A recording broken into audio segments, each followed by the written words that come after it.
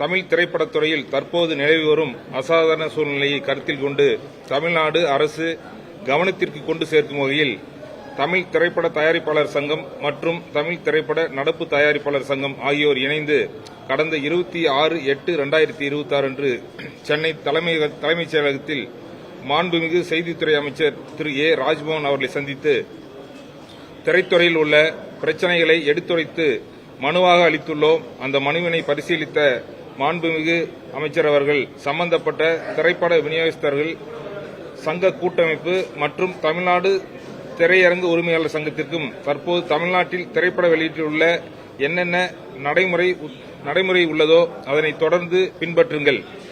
சட்டசபை கூட்டத்தொடர் முடிந்தவுடன் முத்தரப்பு பேச்சுவார்த்தைக்கு சம்பந்தப்பட்ட தயாரிப்பாளர்கள், விநியோகஸ்தர்கள் மற்றும் திரையரங்கு உரிமையாளர்கள் ஆகியோரை தமிழ்நாடு அரசு அழைத்து மேற்படி பிரச்சினைக்கு தீர்வு காணும் என்றும் தெரிவித்துள்ளனர்.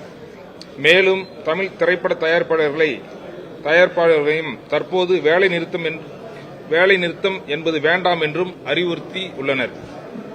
மேற்படி பிரச்சினைக்கு நிரந்தர தீர்வு காண மாண்புமிகு தமிழ்நாடு முதலமைச்சர் திரு ஜோசப் விஜய் அவர்களின் கவனத்திற்கு கொண்டு சென்று முதலமைச்சர் அவர்களின் வழிகாட்டுதலோடு முத்தரப்பு பேச்சுவார்த்தை நடைபெறும் என்று உறுதியாக தெரிவித்ததன் அடிப்படையில் தமிழ் திரைப்பட தயாரிப்பாளர் சங்கம், தமிழ் திரைப்பட நடப்பு தயாரிப்பாளர் சங்கம் இணைந்து செப்டம்பர் 1 முதல் அறிவித்த புதிய திரைப்படங்கள் வெளியீடு, படப்பிடிப்பு பணிகள், போஸ்ட் புரொடக்ஷன் வேலைகள் நிறுத்தம் தற்போது ஒத்திவைக்கப்படுகிறது.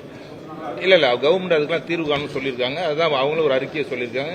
எதுவுமே வேணாம்னு சொல்லி பழைய நடைமுறை பின்பற்ற சொல்லியிருக்காங்க. அதனால இப்போதைக்கு எதுவும் இருக்காது. அவங்களுக்கும் பேசியிருக்காங்க. இல்ல நாங்க 3 கூட்டம் அக்கார்டு ஹோட்டல் நடத்தினோம், பேசினோம். அவங்க முடியாதனாலதான் இந்த ஸ்ட்ரைக்கை அனௌன்ஸ் பண்ணோம். இல்லைன்னா பண்ணிருக்க மாட்டோம். அவங்கள்ட்ட பேசின பின்னாடி தான் முடிவை எடுத்தோம். எல்லாம் செல்வமணி இருந்தாரு, தானன் இருந்தாரு, மூத்தவனு அத்தனை பேரும் இருந்தாங்க. எல்லாத்தையும் வச்சு பேசி தான் பண்ணோம். ஒரு 3 மீட்டிங் பண்ணோம். அதுக்கு முன்னாடி போன்ல போய் அவங்க 8 வாரம் சொன்னதுனால தான் ஸ்ட்ரைக்கு இது பண்ணோம். நாங்களா தனியாக கலந்து ஆலோசிக்காம எடுக்கல, பேசி